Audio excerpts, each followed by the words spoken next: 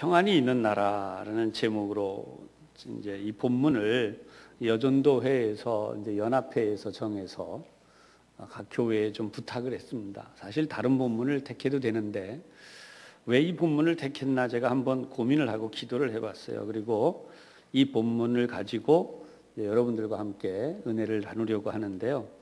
사실은 이제 6절부터 10절까지 이제 쭉 설명이 이제 되어 있는 부분을 나눴는데 여러분들하고 좀 봐야 될 부분이 사실은 앞쪽이에요. 그 112편은 그 중간 이하보다 은혜가 되는 부분이 사실 주제는 앞쪽에 있습니다. 그래서 1절과 2절, 3절거든요. 우리 함께 1절, 2절, 3절 112편 한 번만 다시 한번 우리 새롭게 봉독을 해 보십시다. 자, 시작. 할렐루야. 여호와를 경외하며 그의 계명을 크게 즐거워하는 자는 복이 있도다. 그의 후손이 땅에서 강성하며 정직한 자들의 후손에게 복이 있으리로다. 부와 재물이 그의 집에 있으며 그의 공의가 영구히 서 있으리로다. 아멘. 먼저 오늘 이 말씀을 통해서 이 정치적인 이야기가 될 수 있어서 좀 조심스럽긴 한데 보수층, 우리 사회 속에 보수층이라고 하는 이 보수에 대한 정의가 있는데요. 이 보수에 대한 이야기를 이 말씀을 통해서 한번 생각을 하겠습니다. 유대 사회는 어떻게 보면 지독할 정도로 그 가문을 중시합니다. 그래서 누구의 집안, 누구의 후손. 성경을 보면 이 자손들에 이르기까지 쭉 이름이 나오곤 해요. 근데 왜 이것이 그렇게 중요한가? 그것은 믿음의 가문이라는 거예요. 다시 말씀드리면 아버지가 신앙생활을 잘했어요. 그 신앙을 이어받아서 그 아들이 잘했어요. 그 아들이 다시 그 신앙을 이어받아서 그 다음 세대의 손자에게, 그러니까 손자가 되죠. 아들에게 잘 전달해주고 그 다음 다시 그 아들에게 신앙을 또 잘 전달해주고 이래서 대를 이어가는, 그래서 흔히 말하는 우리 사회 속에서 귀족이다. 우리 귀족 사회 이렇게 이야기하죠. 근데 성경적으로 보는 귀족 사회는 다른 사회가 아니라 신앙생활을 잘하는 가정입니다. 그런 가문이 잘 세워지는 게 귀족 사회. 이 유대 사회가 그렇습니다. 그리고 여기에는 매우 중요한 것이 있는데 그게 뭐냐 하면 하나님의 복을 받았다라고 하는 것입니다. 그래서 바로 이 하나님의 복을 받아서 누구네 집안, 누구네 가문, 그러면 손꼽는, 우리가 흔히 이야기하는 손꼽는 가문이라고, 바로 그들이 보수층이에요. 그러니까 우리가 알고 있는 상식하고는 상당히 많이 다릅니다.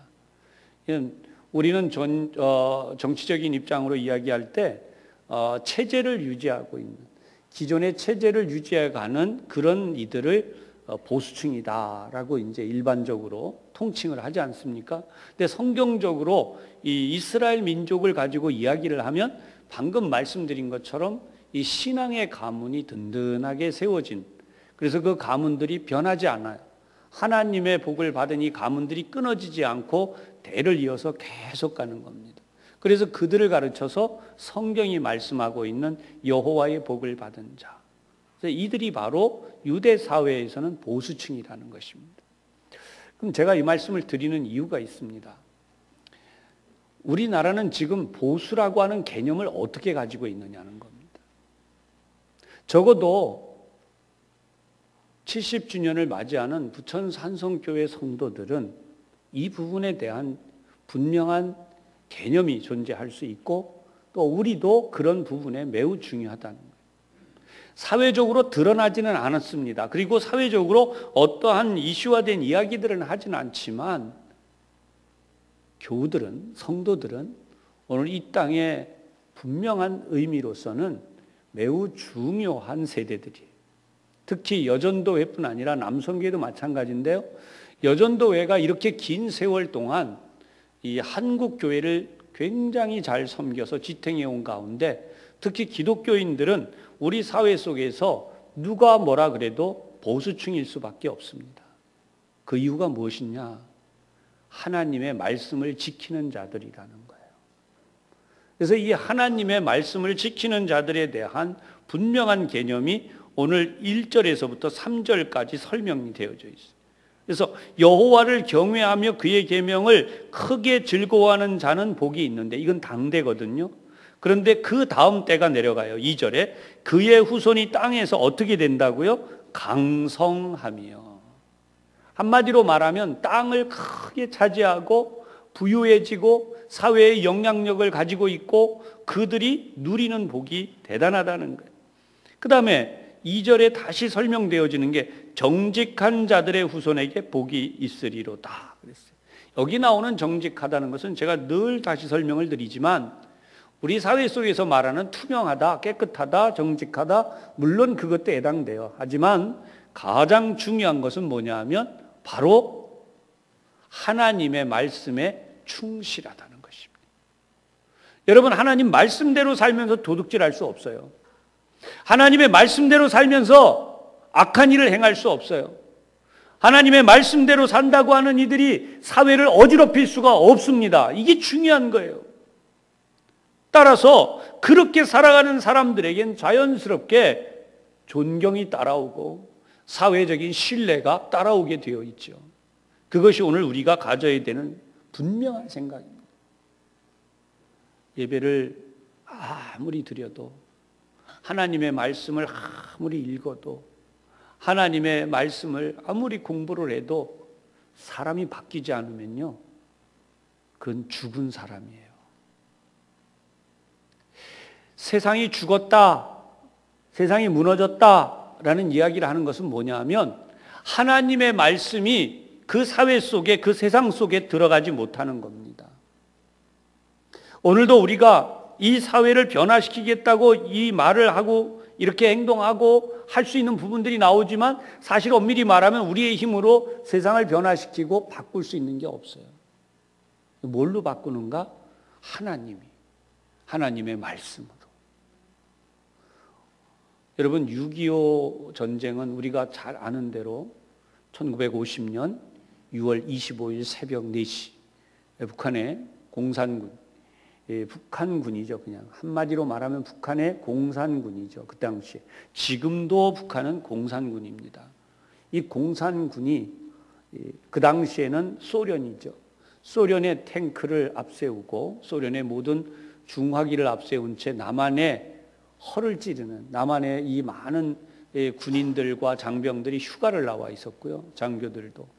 그리고 전혀 전쟁에 대한 생각을 하고 있지 않을 때, 그냥 한마디로 말하면 전쟁 그런 것 생각도 안 하고 오히려 뭐 무슨 일이 있으면 우리가 쳐 올라가서 한숨에 차지해버릴 거야, 이렇게 생각하고 교만하기 그지없고 방심하고 있었다라고 볼 수 있어요. 바로 그때 하나님께서 이런 부분에 대하여 준비가 없는 우리 민족을 한번 다루신 거죠. 거기에 대하여서는 너무나 뼈아프고 세계적으로 유례없는 처절한 전쟁이 진행이 됐었습니다. 3년에 걸쳐진 전쟁 속에서 유엔의 16개국의 병사들이 이 땅에 와서, 참 엄청난 숫자예요. 1, 2만 명이 아닙니다. 그래서 지금 우리가 아는 대로 유엔 묘지가 만들어졌고 그들의 땅에도 만들어져 있고, 우리가 우방이라고 부르는 미국의 병사들만 해도 수만 명이 우리나라에 와서 그들의 목숨을 바쳐서 싸웠습니다. 단 한 가지 이유 때문이에요. 우리나라가 그들의 우방이라는 겁니다. 어떤 우방이요? 자유를 지키기 원하는 자유민주주의. 공산주의에 맞서서 우리 아들이 얼마나 귀합니까? 여러분, 내 아들이 얼마나 귀해요. 어떤 누가 남의 나라에 내 아들을 보내서 그렇게 죽게 하겠으며, 그렇게 죽고 희생되어진 세계의 젊은이들, 그리고 그들이 와서 상위용사가 돼서 평생을 불구로 살아가, 그런 나라를 우리가 우방으로 두었는데, 그것은 미국을 우리가 사랑하자는 얘기가 아니라 하나님이 아무 이유도 없이 이 나라를, 그 당시에는 미국이라는 나라를 사용하시고 유엔이라는, 그래서 유엔 창설 최초로 나라를 지켜낸 전쟁사가 바로 이 대한민국 6.25 전쟁이에요. 이 전쟁 속에서 우리가 깨달아야 되는 많은 일들이 있었지만 저는 역사적인 이야기나 어떤 정치적인 이야기나 논리를 이야기하려는 게 아니라 성경적으로 중요한 사실 하나를 여러분들에게 말씀드리려고 합니다. 그게 뭐냐 하면 오늘날 우리가 싸워야 되는 전쟁은 이 6.25와 같은 전쟁이 지금도 계속되고 있다는 거예요. 6.25 전쟁의 가장 중요한 내용이 무엇입니까?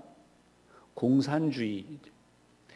공산화하겠다는 건데, 공산화는 한마디로 말하면 하나님을 없애고 인간이 왕이 된, 그래서 인간이 생각하는 바로 그 공산 사상으로 세상을 바꾸겠다는 겁니다. 북한은 지금도 여전히 그 공산 사상에 매우 중요한 한 가지를 더 만들어 놨어요. 좀 더 표현하면 업그레이드 시켰다고 할 수 있는데 그게 바로 주체 사상입니다. 인간이 주체, 모든 만물의 주체예요. 여기에 남한의 젊은이들도 매력을 느끼는 이들이 있습니다. 주체 사상을 교육받으면 세상 모든 만물의 주체가 인간이다. 인간이 인간을 이롭게 한다. 여러분, 이게 얼마나 멋진 이야기인지 몰라요. 그냥 넘어가죠. 그러나 우리가 알아야 되는 것이 있습니다. 세상의 주인은 하나님이십니다. 따라서 지금도 우리가 싸워야 하는 이 이유는 딱 한 가지예요. 지금 공산주의가 사라져간다. 어떻게 되고 있다? 다 맞는 이야기예요. 공산화가 돼도 뭐 지금 옛날 같지 않아요. 공산화도 지금 자본주의가 많이 들어가 있어서 그 옛날 공산화가 아닙니다. 그럼 우리가 북한하고 뭐 때문에 그러냐? 그냥 통일하지. 통일이 안 되는 단 한 가지 이유가 바로 그거예요. 주체 사상입니다. 기독교를 가지고는 도저히 통일이 될 수 없다. 그것이 바로 북한이 지금 주장하고 있는 바예요. 알고 보면 여러분, 기독교와 그리스도인들이 사실 가장 지금 통일에 있어서 이슈화가 될 수 있는 부분이 여기 있다는 겁니다. 자유롭게 예배하느냐, 하나님의 뜻을 따라 살아갈 수 있느냐, 그게 아니라는 거예요. 모든 예배는 그치고 김일성 예배하라, 김정일을 예배하라.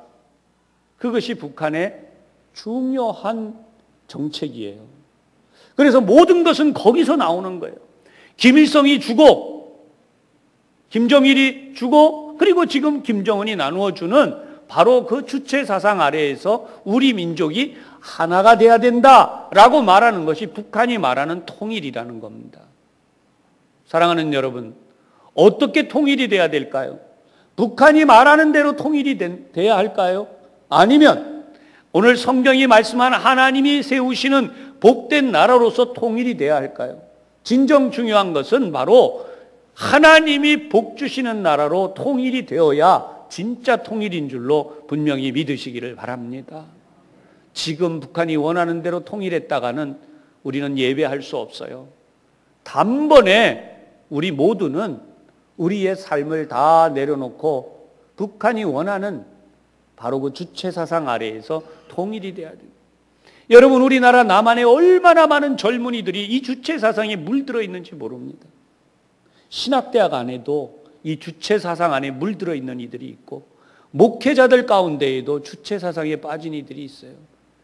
여러분, 우리 민족끼리라는 말을 잘 씁니다. 우리 민족끼리 좋습니다. 그런데 우리 민족끼리가 그 안에 하나님이 분명히 계셔야 되고 신앙생활을 하고 하나님의 주시는 복을 받겠다는 바로 그것이 있을 때에 우리가 진짜 통일이 되는 것이고 하나님의 복을 받는 것이지, 하나님이 없고 우리 소위 말하는 인본주의로 자꾸 흘러가는데 인본주의 뒤편에는 주체 사상이 핵심 사상이 돼요. 인간이 만물의 주인이라는 겁니다.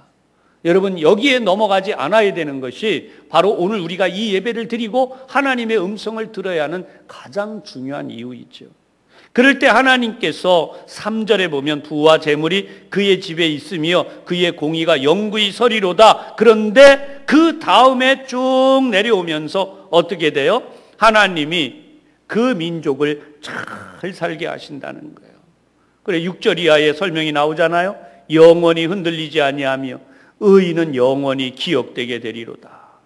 그는 흉한 소문을 두려워하지 아니하며 여호와를 의뢰하고 그의 마음을 굳게 하였도다. 이렇게 하면서 하나님께서 주시는 복을 통하여서 빈궁한 자들에게 나누어주는 사람들. 여러분, 우리 사회가 아무리 복지를 외쳐도요, 이거 그냥 안 돼요. 공산사상의 중요한 것이 바로 프롤레타리아 혁명이라 그래서 노동자 혁명이 되는 이유가 가진 자들이 내놓지 않으니까 그거를 강제로 때려서 뒤엎어서 가진 사람들의 것을 빼앗아서 나눠 가진다는 거예요. 근데 여러분, 나눠 가지는데 거기에도 뭐가 있어야 돼요. 누구는 많이 가질 수 있고 누구는 적게 가질 수 있잖아요. 그걸 관장한 것이 바로 공산당이에요. 그래서 공산당은 북한이 우리가 보다시피 잘 살아요. 자기들은. 이게 인간의 모임에는 반드시 비리가 있는 거예요. 아무리 뺏어봤자 공정하게 어떻게 나눠줍니까? 누구는 더 많이 가지고 누구는 적게 가지고 계급이 존재하죠. 그래서 공산주의가 계급사회를 전혀 안 하겠다고 해놓고는 공산주의 내용을 다 공부해 보시면 내용이 계급 아니거든요. 근데 결국은 계급으로 간단 말이에요. 결과가 그렇게 된 거예요. 북한은 지금 공산주의가 아니라 거기에 플러스 주체사상의 우상숭배 국가다. 그런 의미에서 우리는 이 북한에 대한 우리의 준비가 분명해야 돼요. 북한은 예수 그리스도의 복음으로 변화돼야 됩니다.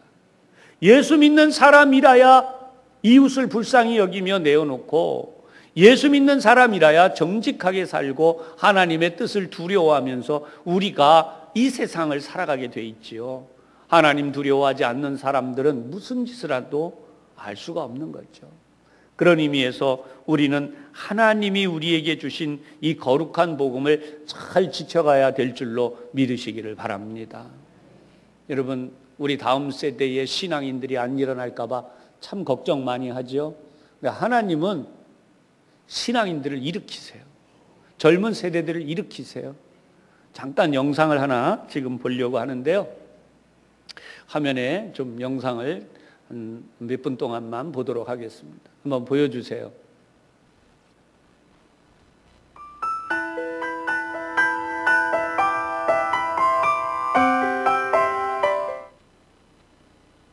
나를 버리셨나이까? 어찌 나를 멀리하여 돕지 아니하시오며 내 쉬는 소리를 듣지 아니하시나이까? 내 하나님이여, 내가 낮에도 부르짖고 밤에도 잠잠하지 아니하오나 응답하지 아니하시나이다. 이스라엘의 찬송 중에 계시는 주여, 주는 거룩하시니이다. 우리 조상들이 주께 의뢰하고 의뢰하였으므로 그들을 건지셨나이다. 그들이 주께 부르짖어 구원을 얻고 주께 의뢰하여 수치를 당하지 아니하였나이다. 아멘. 사실 이번 주에 북한 동영상에 북한에 관련된 동영상을 보고 되게 마음이 아팠었는데요. 월남을 하려다 실패해서 끌려간 어떤 여자분이 고문을 당한 영상을 좀 봤어요. 그분 앞에서 너무 할 말이 없었어요, 사실은. 사실 이렇게 나와서 예배하는 것조차 사실 거기서는 상상할 수조차 없는 일인데, 이렇게 정말 귀한 특권을 한 예배하고 큰 소리로 기쁘게 아무런 제재 없이 예배할 수 있다는 것에 너무 감사한 뿐만 아니라 너무 미안했습니다. 노래할 수 없는 곳이라 해도 난 노래하리라는 이 가사의 고백이 그들에게 참 미안한 고백이 돼버리더라고요. 우리가 상황이 어려워서 잠시 노래가 멈춰질 때, 사랑이 끊겨질 때가 있잖아요. 근데 그들은 진짜 노래할 수 없는 상황, 기도할 수 없는 상황, 참 마음이 아프고 기도를 해야겠다는 마음이 들면서,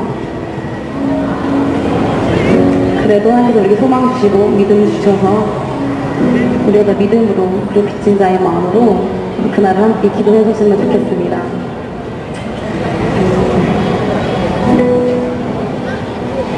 노래할 수 없는 곳이라 해도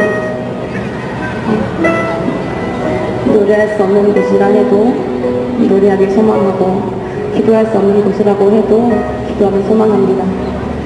더 이상 우리의 문제에 막혀서, 우리의 작은 문제에 막혀서 그들이 하지 못하는 그것을 우리가 못하는 것이 아니라 우리가 좀 미친 자의 마음으로, 그들을 더 중보하는 마음으로 하루하루 좀 열심히 사셨으면 좋겠습니다. 저부터 먼저 열심히 살았으면 좋겠고요. 그들이 있다는 것, 그리고 오늘이 있다는 것은 하나님께서 여전히 여전히 일하시고 계신다는 것입니다. 우리를 통하여 세상의 주를 보게 되길 소망합니다.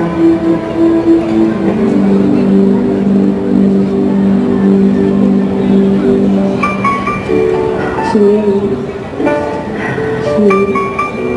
노래할 수 없는 그곳에 갇힌 자들을 주님 기억하여 주시고 그들의 신음소리와 그들의 기도소리를 들으사 계속히 구원하여 주시옵소서.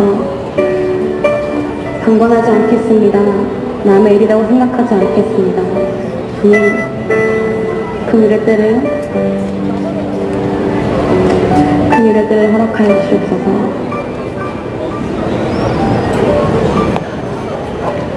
노래할 수 없는 곳이라 해도 나 노래하리. 기도할 수 없는 곳이라 해도 나 기도하리.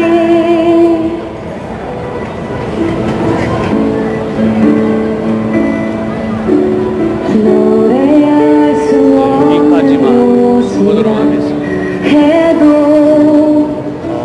나 약 한 30분 가까이 거리에서 예배를 합니다. 저 청년이 저렇게 예배한 지가 2년이 넘었고요. 여기 가까운 철산동 광명 로데오 오거리에서 혼자 나와서 예배를 시작했어요. 거리에서. 그랬더니 지금은 굉장히 많은 사람들이 지금 저 광장에 모여서 같이 예배를 합니다.